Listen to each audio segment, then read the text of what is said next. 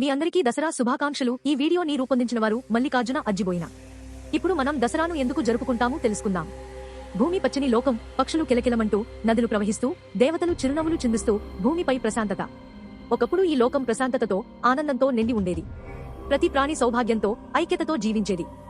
ఆకాశంలో నల్లటి మేఘాలు అలుముకుంటాయి. వాటి మధ్య నుంచి మహిషాసురుడు భయంకరంగా గర్జిస్తూ వస్తాడు. అతని చూపుల నుంచి చీకటి వ్యాపిస్తుంది. కాని అసుర రాజు మహిషాసురుడు రాకతో ఆ శాంతి భంగమైంది. తన క్రూరమైన నవ్వులతో, భయంకరమైన శక్తులతో లోకమంతా చీకటిని నింపాడు. దేవతలు భయంతో పారిపోతున్నారు. దేవాలయాలు ధ్వంసమవుతున్నాయి. ప్రజలు నిస్సహాయంగా, భయంతో వణికిపోతున్నారు. మహిషాసురుడిని ఆపగల శక్తి ఎవరికీ లేకపోయింది. దేవతలు, మనుషులు అతని ముందు నిలబడలేకపోయారు.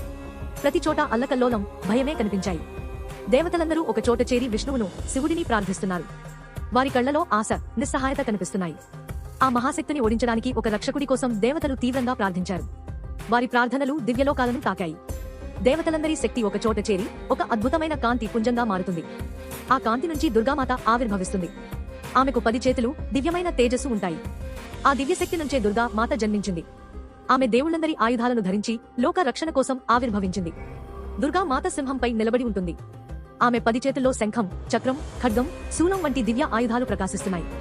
ఆమె సింహాన్ని అధిరోహించి తన దివ్య ఆయుధాలతో మహిషాసురుడిని ఎదుర్కోవడానికి సిద్ధమైంది. ఆమె చూపుల్లో ధైర్యం, శక్తి కనిపిస్తాయి. దుర్గా మాత మరియు మహిషాసురుడి సైన్యం మధ్య భీకర యుద్ధం జరుగుతుంది. ఆమె ఒక్కో రాక్షసుడిని మెరుపు వేగంతో ఓడిస్తుంది. ఆమె 9 రాత్రులు అలసట లేకుండా భీకరంగా పోరాడింది. ఈ యుద్ధంలో ప్రతి క్షణం ఆమె శక్తిని, ధైర్యాన్ని చాటింది.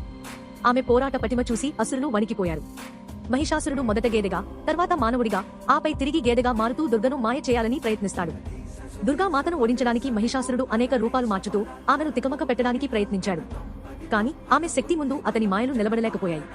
దుర్గా మాత మహిషాసురుడి ఛాతీలోకి తన శూలాన్ని దింపుతుంది. అతని రూపం విరిగిపోయి అంతమొందుతుంది.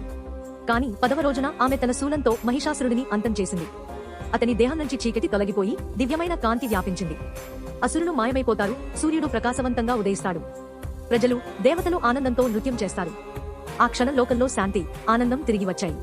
ప్రజలందరూ తమ రక్షకురాలి విజయాన్ని పండుగలా జరుపుకున్నారు.